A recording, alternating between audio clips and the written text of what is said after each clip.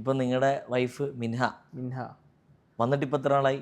മിൻഹ വന്നിട്ട് ഇപ്പോൾ around correct എണ്ണട്ടെ, അവളില്ലാത്ത നന്നായി 2 വർഷം ഒരു 6 മാസം 2.5 വർഷത്തിൻ്റെ അടുത്തായി. ഞാൻ തോന്നുന്നു നിങ്ങൾ പീക്ക് സമയത്താണെന്ന് തോന്നുന്നു ശരിക്കും പുള്ളിക്കാരൻ നിങ്ങളുടെ ലൈഫിലും കടന്നു വരുന്നത്. കല്യാണത്തിന് നിങ്ങൾ ക്ഷണിച്ചിരുന്നു, പക്ഷേ എനിക്ക് വരാൻ പറ്റില്ല. അതെ, ക്ഷണിച്ചിട്ടുണ്ടോ? ക്ഷണിച്ചിട്ടുണ്ട്. ഉണ്ടാവും അല്ലേ? എനിക്ക് ഓർമ്മയില്ല, പഴയ മെസ്സേജ് എടുത്ത് നോക്കേണ്ടി വരും. നീ സത്യം പറഞ്ഞില്ല, കല്യാണത്തിന് ക്ഷണിച്ചിട്ടില്ല.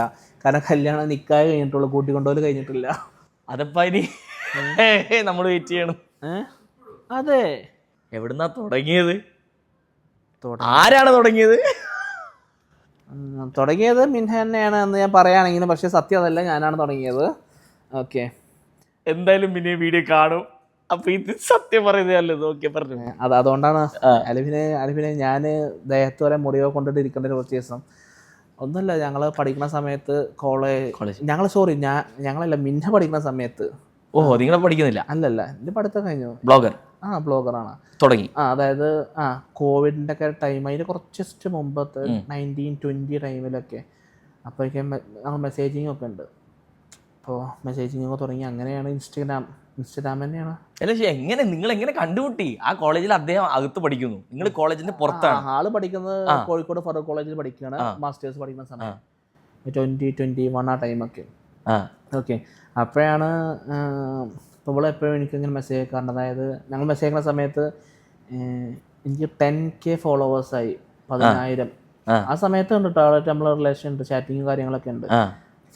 അപ്പോൾ 10Kൻ്റെ ചിലവ് വേണമെന്നൊക്കെ പറഞ്ഞ് മെസ്സേജ് ഒക്കെ അയച്ചിരുന്നു. ട്രീറ്റ് വേണമെന്നൊക്കെ പറഞ്ഞ് മെസ്സേജ് അയച്ചിരുന്നു.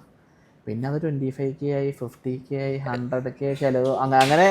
അങ്ങനെ ചോദിച്ചിട്ട് ഇത് എല്ലാത്തിനും ചിലവ് കൊടുക്കുകയും ചെയ്തു. കൊടുത്തിട്ടില്ല, ഇതുവരെ കൊടുത്തിട്ടില്ല. ഒരു വാഗ്ദാനം കൊടുത്തിട്ടുള്ളൂ. വാഗ്ദാനം. ഞങ്ങൾ കോഴിക്കോട് ഒരു കഫേയിൽ വെച്ചിട്ട് എനിക്കൊരു പ്രൊമോഷൻ ഉണ്ടായിരുന്നു, ഷൂട്ട് ഉണ്ടായിരുന്നു. അതാവുമ്പോ പൈസ ഒന്നും കൊടുക്കണ്ട. അവള് കോഴിക്കോട് പഠിക്കണം പോകുന്ന സമയത്ത് രണ്ടാളും വീട് അടുത്താട്ടോ, ജസ്റ്റ് 1 കിലോമീറ്റർ ഉള്ളൂ കേട്ടോ. രണ്ടാളും പെരിന്തൽമണ്ണയാണ്.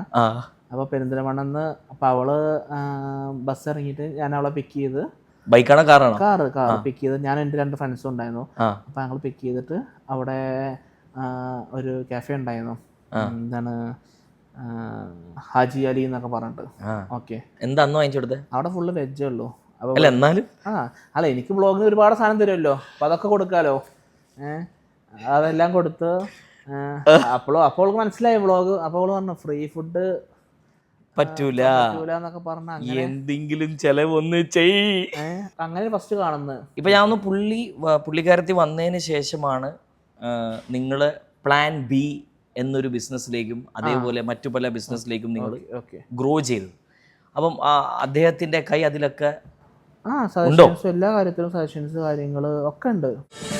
ഫ്ലവേഴ്സ് ഒരുക്കുന്ന കാഴ്ച വസന്തം യൂട്യൂബിൽ പ്രേക്ഷകർക്ക് ലൈവായി കാണാം. ഫ്ലവേഴ്സ് കോമഡിയിൽ ജോയിൻ ചെയ്യൂ, ആസ്വദിക്കൂ.